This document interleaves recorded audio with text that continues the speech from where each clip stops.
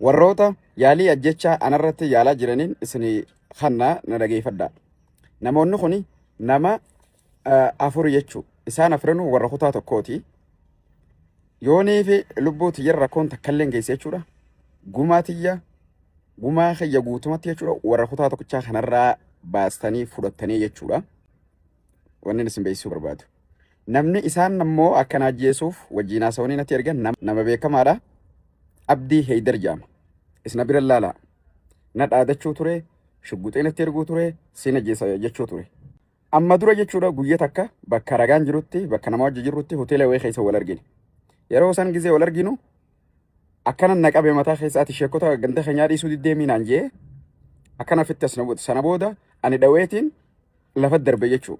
Gizeen fi nandee lafa darbee lafa dhawuchi booda harka kannee boohee deemee jechuu. Eegas booda irraa eegalee jechuudha. Dhaadannoon inni godhu jiru narra dawwalee jechuudha. Osoo ragaan jiru viidiyoon isra waraabeetiin jira ni dhageeffatan jechuudha. Gama dhumarra isiniif hin kaa'e jechuudha. Dawwalee gizeeniif nutti haasa'u jechuudha. Saayiba xiyyaanillee biraa deemi. Ati isa kana jalaa fagaadhu ani yooniif isa hin ajjeesne ani dhiiraa miti jee dhaadachuu ture jechuudha. Sani ragaan sagaleenis ni jira jechuudha. Kunoo barreeffamaanis qarshii 300 liqeesseefii ture. 300 sanumaan mee naa ergii jeeni maallaqa sanatti hin ajame.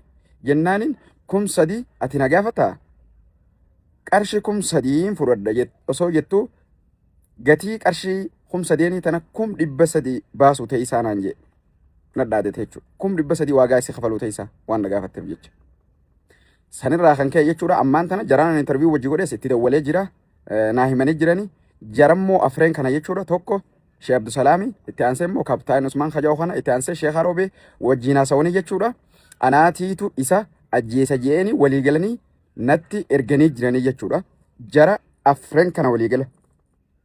Gumaa kiyya lubbuu tiyyarra yoo miidhaa haruma kamiinuu geesse seerri namni gaafachuu qabuu fi namni gumaa kiyya irraa fudhuu qabdan jara hanga kanaa jechuudha. Gabaabumatti nama biraa tokkollee hin gaafattanii jechuudha.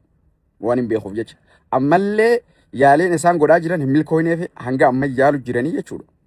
Isaanii hundaa'uu jechuudha. Walumatti isaan afreenuu sagalee dhageeffadha. Sagaleedhaan jechuudha. Sagalee xiqqoo xiqqoo keessaa mummureeti akka information isinii ta'u isaan afreenuu jechuudha. Kaanis isaan adda waleen dhaadatu barreeffamaa fi shugguxii inni natti ergee wajjin footootti ka'ee jechuun natti ergee wajjin laalaa jara kaanis sagaleen dhageeffadha.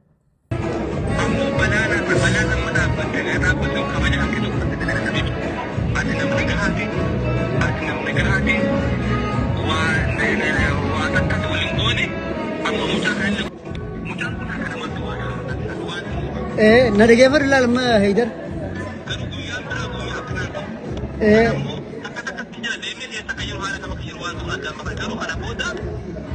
ايش نرجع لا هيا في تدوت شافان انت بدي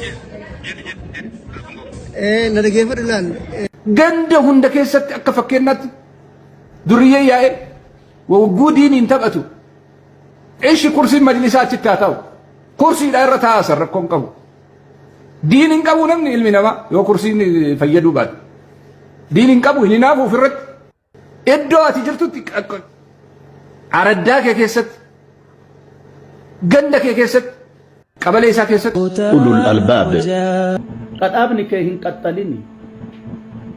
Ilmi akka keetii sirraa yoo biyyatti dhalate sanyiin akkanaa tadiina nabii kennaatitti ijaba baaftu yoo dhalatte fiixaan teen qaxxalin maal nuu goota. Namootiin uummata osoo jiru awwaalamuu qabu. Hamdaa Ibraahim kan mudawwaragu likkii ganaa isin galcha. Akkuma isin dhaga'u jirtan gaa kanaa achi isinis nama sammuu qabu maal jeetiin isinii maa jechuu wanniin ammoo badiin tiyya maali guddoonni beeytaa.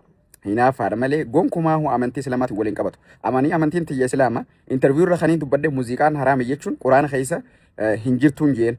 Isaan ati maaliif wallista nashiida baastaa maa wallista jedhanii na gaafannaan. Ani nama quraana beeku quraana keessa hin jiruun jeen. Addunyaa guutuu beeka akka quraana keessa hin jirre. Yoo quraana keessa ni jirti jaan qaxxatu manaa fidanii hunoo muuziqaan haraam asii jetti jaanii natti himu. Awwaan quraana keessa fudhachuun kana achi yaalii ajjechaa namarra hin geessisuu jechuudha kijibni. Waan deebisa dhugaa hin qabneef gara yaalii karaa biraa tarkaanfii fudhachuuf ooriyan jechuu isaan hundinuu azabamuu qixaaxamuu qaba azabamuu qaba duu qaba kunoo akkuma isin dhageessan kana jechuun ni jiraati isin gabaa.